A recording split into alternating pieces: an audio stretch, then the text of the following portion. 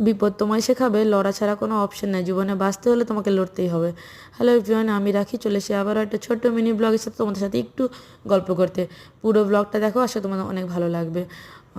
তো এদিকে দেখো সকালটা শুরু হয় বেশ মানে ঘরটা পরিষ্কার দিয়ে, তারপর যেটা খাই আর কি আমরা সকালে চা, কমপ্ল্যান, হরলিক্স। চাটা খুব হয় না, কমপ্ল্যান, হরলিক্স এসবই।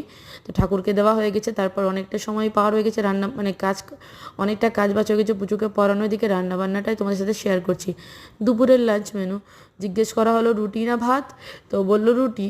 জিজ্ঞেস করা হলো তুমি একদম নিঃসন্দেহে থাকো যে রুটি আসবে, ভাত খেতে খুব একটা মেয়ে আর পাপা তার ভালোবাসে না। তো রুটি, রাজমা আর চিকেন ভর্তা, মানে অল্প একটু চিকেন ছিল, সেটা দিয়ে অন্য কিছু আর হতো না, তো ভাবলাম চিকেন ভর্তাই করে দিই, মেয়ের ভীষণ যেটা পছন্দ হয়েছে। এদিকে দেখো রাজমাটা ভেজানো ছিল, তো সেটা সেদ্ধ করা হয়ে গেছে। এদিকে রাজমাটা একটু আলাদাভাবে বানিয়েছিলাম, ভীষণ ভালো হয়েছিল খেতে। পেঁয়াজটা ভেজে একটু তুলে নিয়েছি, আবার ওই তেলে একটু গোটা গরম মশলা ফোড়ন দিয়ে আবার কিছুটা পেঁয়াজ দিয়ে নাড়াচাড়া করে, তারপর আদা, রসুন, কাঁচা পাকা লঙ্কা মিক্স করে বেটে রেখেছিলাম, সেটা দিয়ে বেশ কিছুক্ষণ কষিয়ে নেব। তারপর আবার একটা পেস্ট রেডি করব, মানে 3 ভাগে পেস্ট রেডি করেছি এটার। এই যে দেখো টমেটো আর একটু গুঁড়ো মশলাগুলো এর মধ্যে অ্যাড করে দিয়েছি, মানে ভাবলাম কড়াইয়ে দেবো, তার থেকে মিক্সি তো পেস্ট হবে টমেটোটা, তো তার মধ্যেই দিয়ে দিই। তো জিরে ধনে গুঁড়ো, একটু হলুদ, নুন, লঙ্কা গুঁড়ো সব আর কি, তো সেগুলোও দিয়ে দিয়েছি।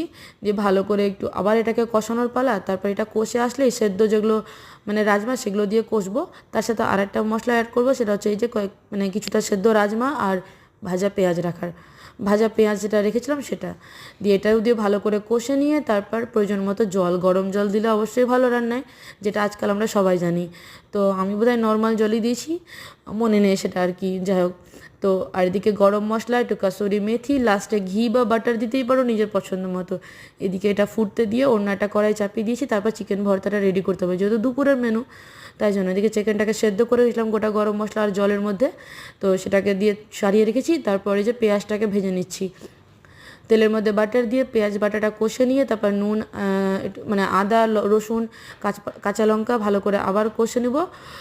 দিয়ে তারপর একটু টমেটো বাটা দিয়েছি, তারপর যেগুলো গুঁড়ো মশলা যায় বেসিক, নুন, হলুদ, জিরে ধনে গুঁড়ো, লঙ্কা গুঁড়ো আর কি, এগুলো লাস্টে বেশ কিছুটা 20-25টার মতো কাজু বাদাম বাটা, চিকেন ভালো করে কষিয়ে নিয়ে তেল ছেড়ে আসলে গরম মশলা, কাসুরি মেথি অবশ্যই, আর ফ্রেশ ক্রিম ছিল না, তো এই দিয়েও খেতে ভীষণ ভালো হয়েছে।